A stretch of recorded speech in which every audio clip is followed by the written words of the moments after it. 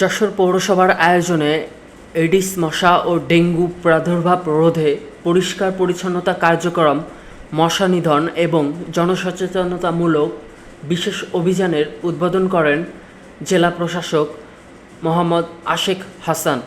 Desk report, দৈনিক যশোর। মৃত্যু হয়েছে, তো আমরা আসলে চাই না যে একটি প্রাণ ঝরে যাক আমাদের অবহেলার কারণে।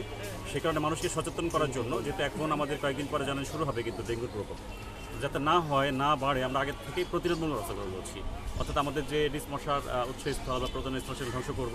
একই সাথে আমরা কিন্তু আপনাদের থেকে বলেছি যে আমরা শুধুমাত্র উৎস ধ্বংস করব না, নিজেরা সচেতন থাকবে এবং যাতে এটা কোনো সুযোগ না পায় বংশ বিস্তার করার জন্য।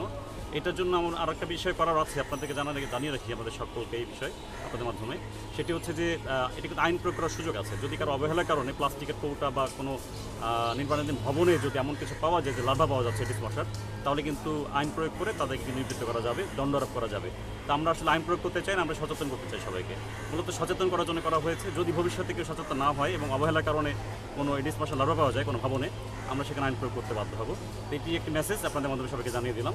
আর আমরা চাই যে সবাই সচেতন হোক, সবাই মশার কামড় থেকে রক্ষা পাক এবং এডিস এবং চিকুনগুনিয়া এবং ডেঙ্গু থেকে সবাই রক্ষা পাক। মূলত এই